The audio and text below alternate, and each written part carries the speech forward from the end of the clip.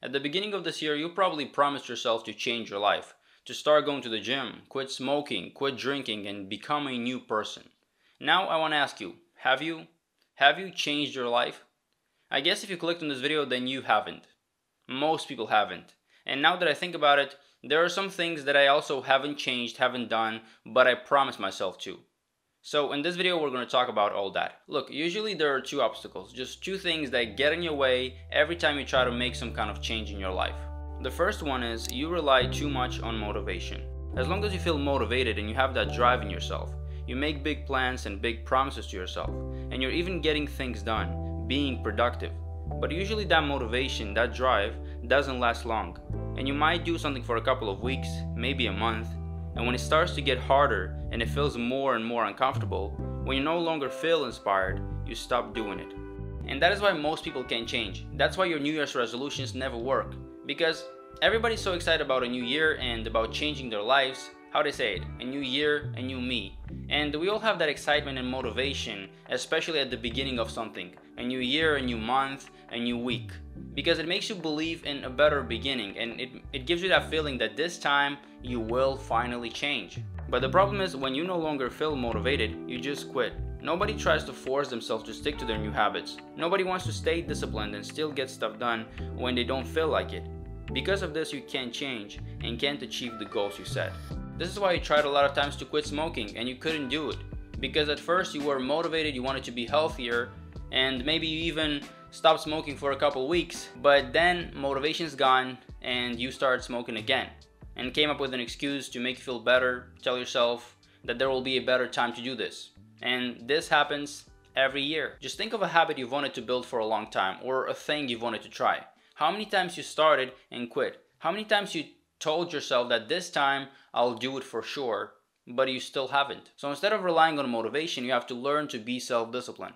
And I know you've heard that a million times, but it's true. Any kind of change requires you to do stuff consistently, even when you don't feel like it. So how are you planning to do this without discipline? Yeah, being disciplined is hard. It often means forcing yourself to get stuff done, but that will get you far and make you stick to your habits.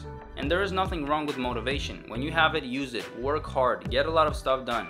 But remember that you're not gonna feel inspired and be in a good mood every single day.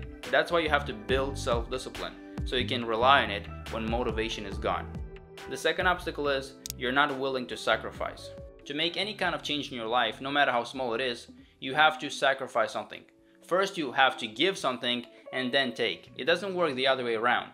If you want to build a new habit, you have to give up a bad one in exchange.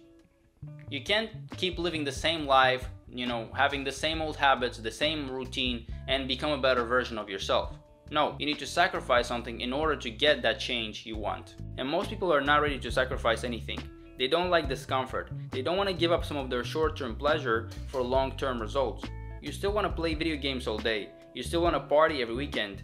But at the same time, you want to improve your life, get in a better shape, and advance in your career. But the harsh truth is, you can't really have both. You have to make a hard choice. If you want to get in shape, you have to sacrifice eating junk food and drinking alcohol and start working out consistently. You can't work out and still have the habit of eating unhealthy food and drinking regularly, because this way you're not going to get the physique you want, right? Or if you want to waste less time, you have to sacrifice scrolling on social media, binge watching Netflix, and do that less so you make more time for self-improvement and work. Every small result requires sacrifices. So start focusing more on long-term results and long-term goals. Nobody says to never eat a donut, never play video games, and never take a day off. No, not at all. We need that. That's a part of life. Sometimes we need to rest and turn our brain off. But when it comes to improving yourself, and especially making a major change in your life, you have to be willing to sacrifice some of that short-term pleasure for great long-term results.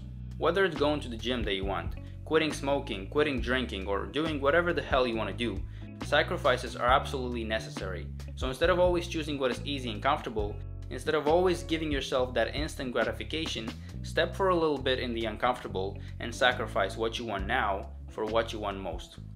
I believe that mostly because of these two obstacles, people struggle to change, and once you figure them out and take the necessary steps, I'm sure you can change yourself and your life for the better.